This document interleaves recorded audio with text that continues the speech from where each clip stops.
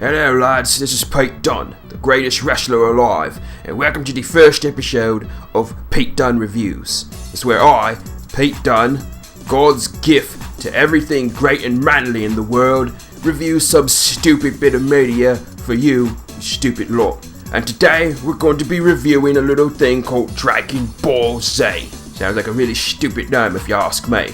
Anyway, Dragonball Z was an anime, Japanese cartoon if you will, created by some lad named Akira Toriyama.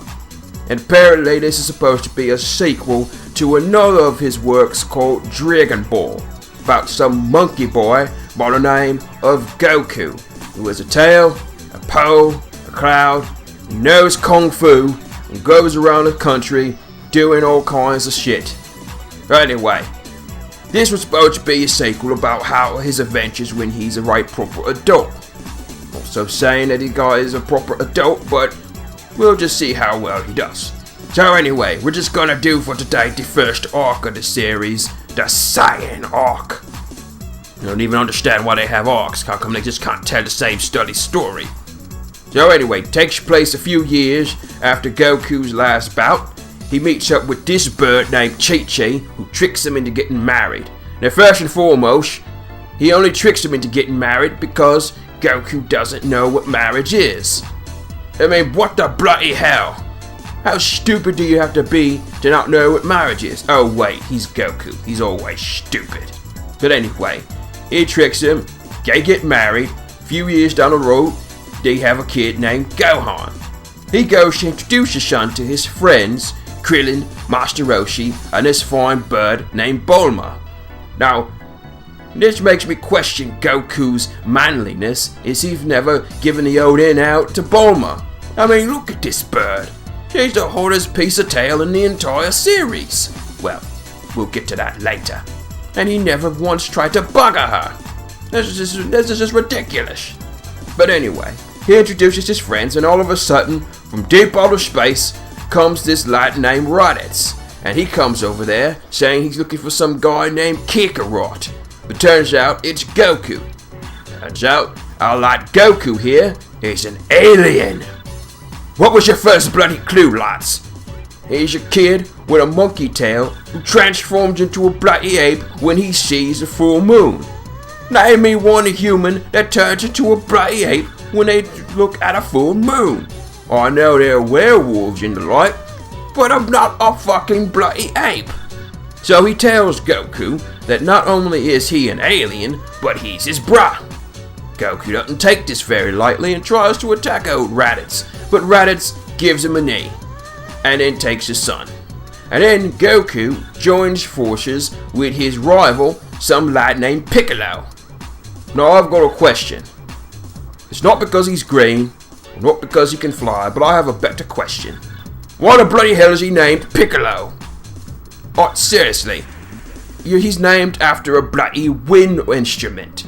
If I was gonna name me something, if I was in this series and I was gonna name me something, I'd name myself like a better instrument, like Gibson's guitar. Because a Gibson's guitar is a badass instrument. And people would be like, oh no, we're so screwed. Things are looking down and depressive. We'll never win this battle. Well, here I come, lads. Someone need a hand? Yeah, it's Gibson's guitar. And the enemies would be like, oh no, it's Gibson's guitar. I've heard of that lad. He doesn't take crap from anyone. And I'm like, you're right, bug it now, you whole lot. So anyway, Goku and Piccolo go off and meet up with Raditz. And they get into a right toss. And they're getting the shit kicked out of them. Like it's not even a match. He's just getting into a right kerfuffle over the whole mart and just getting the crick kicked out of him. Like, this lad blows up a whole bloody mountain. Who does that? Well, anyway, Piccolo decides that he's got a little move that's going to be strong enough to beat old Raditz down and give him the old in out. You know what I mean? So, they decide that the best way to beat him is to have Goku go one-on-one with him, and Goku gets the crap kicked out of him. Then he uses his special beam. I'm not going to even call it that. That is a stupid name. I'm just going to call it Finger Beam. Finger Beam. Because why? Because Finger Beam makes sense. It's simple, to the point. I'm not going to call it Special Beam Cannon because it's not very special when everyone else has their own versions of little beam cannons and what have you. And I'm not going to call it by his other names. I can't even pronounce that without biting the inside of my tongue. So anyway, Goku, like a geet, lets go of his tail and he gets right tossed, and there's no hope for anyone until Gohan comes in. Little 4-year-old, little blighter comes in and gives his uncle an old headbutt. And I mean a proper headbutt. I mean seriously, someone should sign this kid to Manchester United. Then after that, Goku decides to get him into a full Nelson, and then Piccolo uses his special beam, or finger beam, and kills the both of them. They're like, oh, we just beat the strongest opponent we've ever faced. And then he tells them, look, there are 2 more Saiyans coming, and they're right stronger than me. So Goku dies, his body's taken by Kami, real name God. That's right, God. He takes his body and says that he's going to do some training with another god by the name of King Kai. Meanwhile, back on Earth, Piccolo kidnaps Gohan and trains him in the wilderness, making him do crazy stuff like fend for himself and fight dinosaurs and learn to pick up mountains with his willy. That's the kind of proper training I'd do. That's the kind of proper training any man would do. But anyway, meanwhile, his friends Krillin, Yamcha, Tien Shinhan, and Chaozu go to train with Bloody God. Really? In this world you can just climb up a tower and train with God? Well, I wouldn't really need that kind of stuff because I'm already perfect. Me, Pete Dunne. So anyway, year passes and the Saiyans come and blow up an entire city. There's one way to make an entrance. And so they meet up with the lads and then they all begin to fight. But let's say hello to some of the lads. So we meet up with Piccolo, right proper guy that is, Gohan, who's pretty beefy for a 5-year-old. This is Krillin. I like Krillin. People give Krillin a lot of shit because he's not as strong as everyone else and he keeps getting killed. But you know what? Piss off to the lot of you. Krillin is awesome. Krillin keeps doing what he does, which is help out. He's always there in the thick of things. He knows he's not the strongest. He knows he's probably going to get his ass kicked. He knows he's probably going to get killed, but he doesn't care. He still tries. Because he's bloody Krillin. Always there, always dependable. So you know what? Krillin, for all that you do, you receive the Pete Dunne Medal for manly men doing manly things. Bravo on you, that. But you know who's not gonna get a medal? Disc tosser by the name of Tien. Alright, he's big, he's bald, and that's about it. Oh, he's got a bloody third eye, but he's not really interesting. All he does is spend all day in the wilderness training for some fight that's never gonna come, trying to surpass Goku, which we know at this point is an impossibility, and he doesn't do much anything else.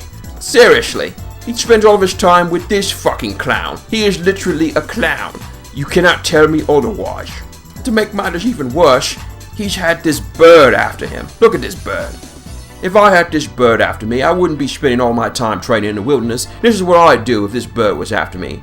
I'd spend most of my time training in the gym, making myself even deadlier than I already am, which is quite possible when you think about it. Go to the pub, have a couple of brews and Guinnesses with the lads, watch some football on the telly, then go home and give this bird the right in out, if you know what I'm saying. This just makes me question what this guy's whole deal is about. He's not very interesting and he's not even very strong. I don't care what you say, Krillin is better than him. Why? Because he hooks up with this bird later on down the story. And that is a great achievement. Then we got Yamcha. Yamcha is a right disappointment. He's the type of lad who would talk a big game at a pub, talk about how he could beat everyone's asses 5 ways a Sunday, then he takes his ass out, cleans his clock, leave him in a dumpster, and he cries like a little babe who just lost his bottle. Yamcha is a failure. So, the fight begins, but instead of fighting the Saiyans decide to plant these plants and grow these little green bean looking monsters called Cybermen. Tien fights them first, wins, but it's not a very interesting fight because Tien's not a very interesting character. Then Yamcha fights. Yamcha almost beats a green bean and then starts to run in his gob about how he's going to beat the shit out of everyone. Then the green bean jumps up, latches onto him, and blows up. And nothing of importance was lost. So yeah, Yamcha was the first to die.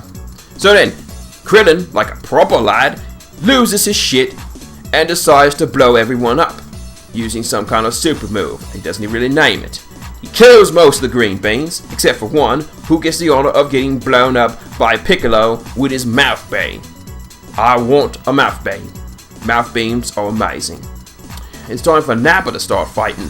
He has his own mouth beam, and he blows away that stupid little clown Chiaotzu. Tien decides he's going to try to be a badass, fails miserably at it, gets his arm cut off for his trouble. Then the clown latches himself onto Nappa's back, and blows himself up trying to take Nappa out. He dies, and nothing of importance was lost. So, everyone starts to fight. Little Gohan is so freaking terrified, but he's just a 5-year-old lad who just learned to fight like a year ago. So, Krillin and Piccolo decide they're going to fight Nappa by themselves, but they get the shit pushed in, easily. But then they start talking about how if Goku was here, and everything would be alright and hunky-dory. Vegeta's like, this is interesting. You got 3 hours. If he's not here, then you lads are fucked. So they wait 3 hours. Goku, on the other hand, has to run all the way back to Snake Way. Should have took a taxi. What do you mean they don't have taxis in the afterlife? That's bloody retarded. You need taxis to get anywhere.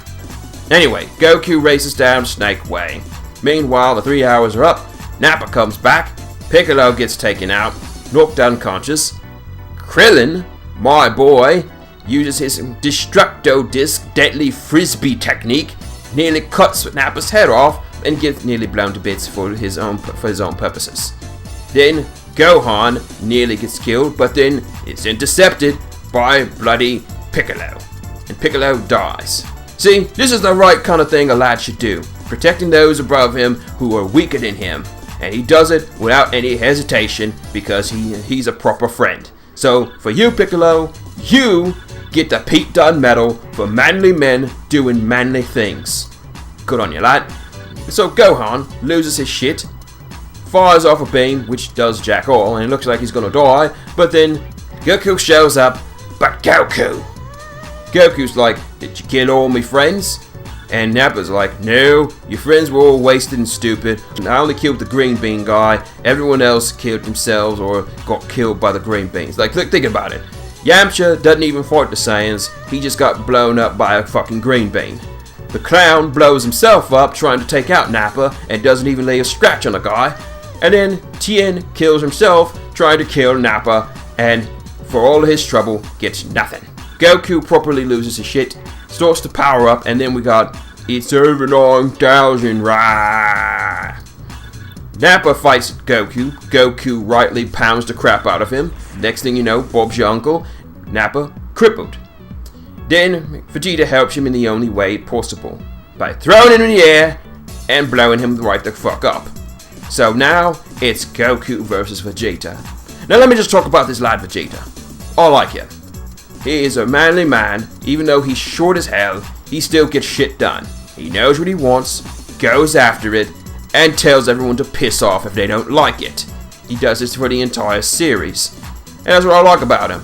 Not to mention the fact that he lays the good hot one on Bulma. He gets a rich, hot, smart, intelligent bird, and you know he's laying the pipe down on her particularly well.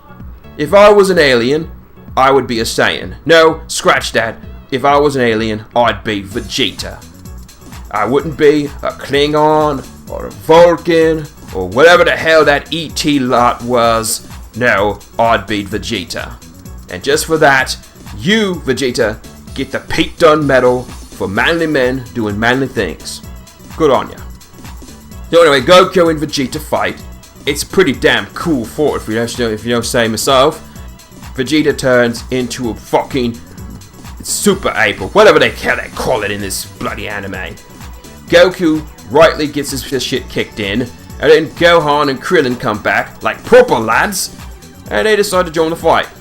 Then some fat tosser by the name of Yajirobe sneaks in and cuts Vegeta's bloody tail off. What the hell, man? What have you ever done, bruv?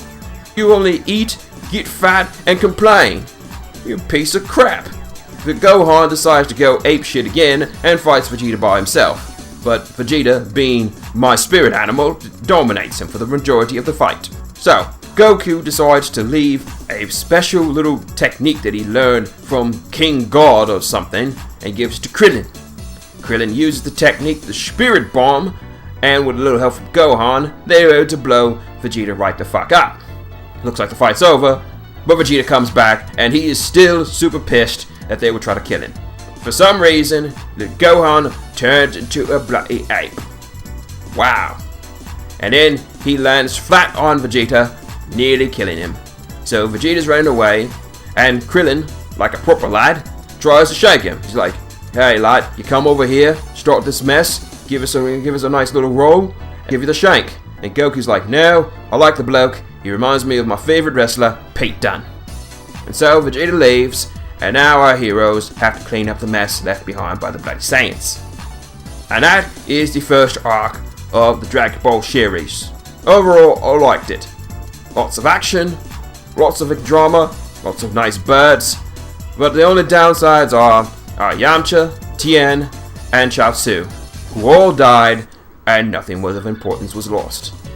That's been the first episode of Pete Dunne Reviews. I don't really give two shits whether or not that you guys want to like, comment, or subscribe to this video because you're all geeks it anyway, and this is not even my channel. Also, I have better things to do with me time, like going to the pub, beating some lads who deserve it, or giving some bird the old in out. So anyway, until next time, this is Pete Dunne, and I'm better than you.